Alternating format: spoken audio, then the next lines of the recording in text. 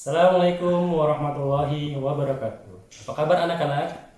Semoga dalam keadaan sehat ya. Perkenalkan, nama Bapak Hanis Setiawan. Pada kesempatan ini, Bapak akan menyampaikan video pembelajaran tentang ilmu pengetahuan alam. Mari kita simak videonya bersama-sama. Pembahasan yang pertama adalah gerak higroskopis. Gerak higroskopis adalah gerak bagian tumbuhan akibat adanya perubahan kadar air dalam sel tumbuhan, sehingga menyebabkan penyusutan yang tidak merata pada bagian sel tumbuhan. Contohnya adalah membukanya buah polong-polongan yang sudah tua. Ketika buah polong-polongan sudah tua, maka terjadi perubahan kadar air di dalam sel secara tidak merata. Akibatnya, terjadi pengerutan bagian tumbuhan yang tidak merata. Pengerutan membuat buah polong-polongan menjadi terbuka. Contoh berikutnya adalah gerak membukanya kotak spora pada tumbuhan lumut. Gerak esionom. Gerak esionom adalah gerak tumbuhan yang disebabkan oleh adanya rangsangan dari lingkungan sekitar. Berdasarkan respon gerak yang dilakukan tumbuhan, gerak esionom dibagi menjadi 3. Gerak tropisme. Gerak tumbuhan yang arah geraknya dipengaruhi oleh arah datangnya rangsangan dari luar. Gerak nasti. Gerak nasti adalah gerak dari bagian tumbuhan yang arahnya tidak bergantung pada arah datangnya rangsangan. Gerak taksis. Gerak seluruh bagian tumbuhan yang arahnya dipengaruhi oleh sumber rangsangan. Gerak tropisme. Gerak tumbuhan yang arah geraknya dipengaruhi oleh arah datangnya rangsangan.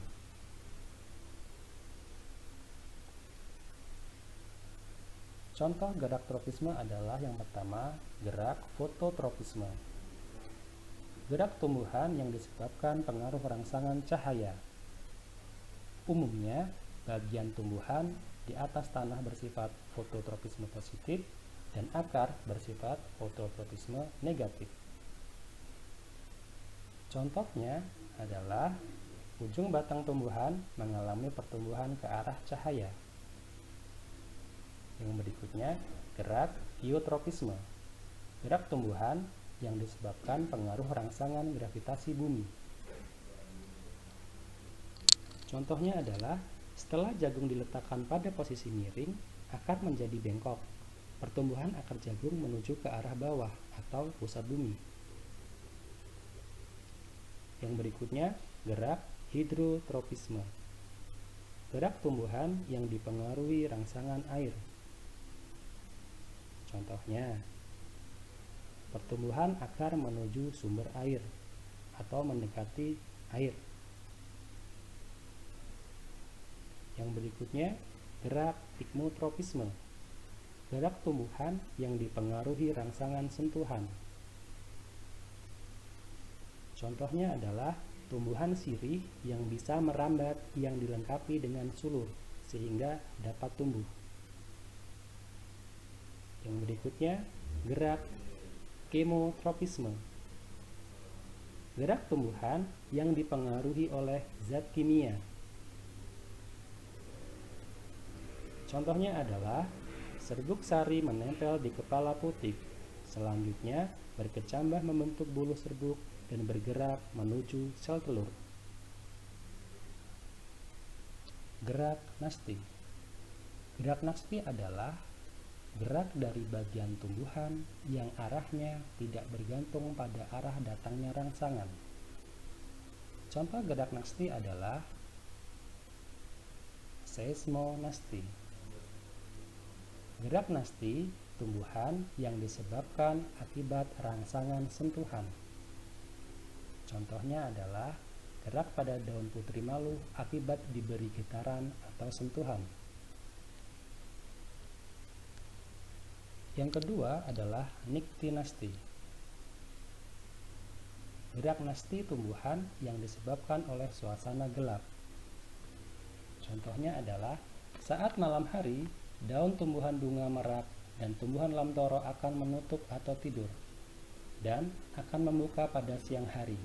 Hal tersebut dapat terjadi karena rangsangan berupa kondisi siang hari dan malam hari. Yang ketiga adalah fotonasti. Gerak nasti tumbuhan yang disebabkan oleh rangsangan cahaya.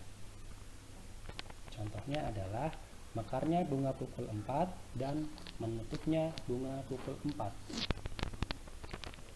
Nasti kompleks.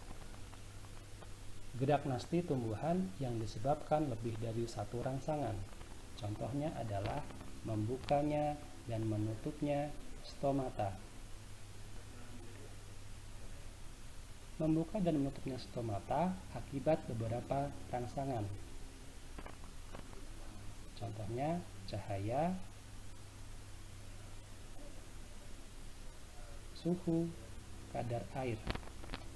Jadi, rangsangan itulah yang dapat menyebabkan gerak nasti.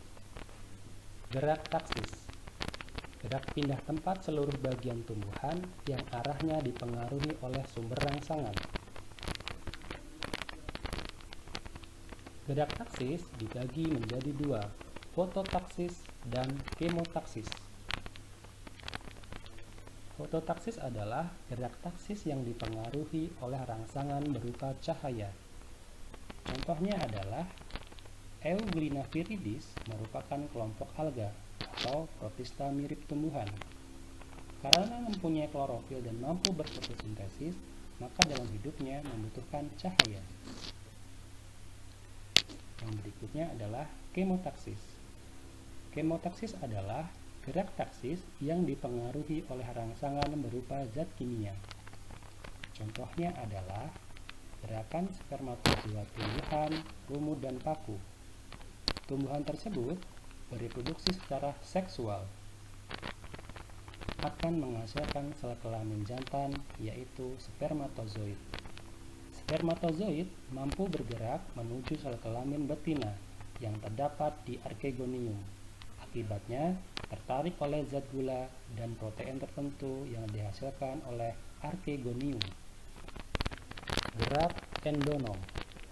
Gerak tumbuhan yang terjadi akibat rangsangan yang berasal dari dalam sel atau tubuh tumbuhan. Contohnya adalah tumbuhan Hydrilla verticillata. Pada tumbuhan Hydrilla yang di dalam daunnya terlihat seperti dinding tembok yang di dalamnya terdapat butiran bulat berwarna hijau. Dinding tembok tersebut merupakan sel daun yang di dalamnya terdapat sitoplasma. Di dalam sitoplasma terdapat butiran hijau yang disebut kloroplas. Jika diamati, kloroplas tersebut bergerak atau berotasi di dalam sel. Demikian video pembelajaran ini. Tetap semangat belajar di rumah ya. Terima kasih. Terima kasih sudah menyimak video ini. Semoga bermanfaat. Sampai jumpa di video pembelajaran berikutnya. Assalamualaikum warahmatullahi wabarakatuh. Audio Jungle.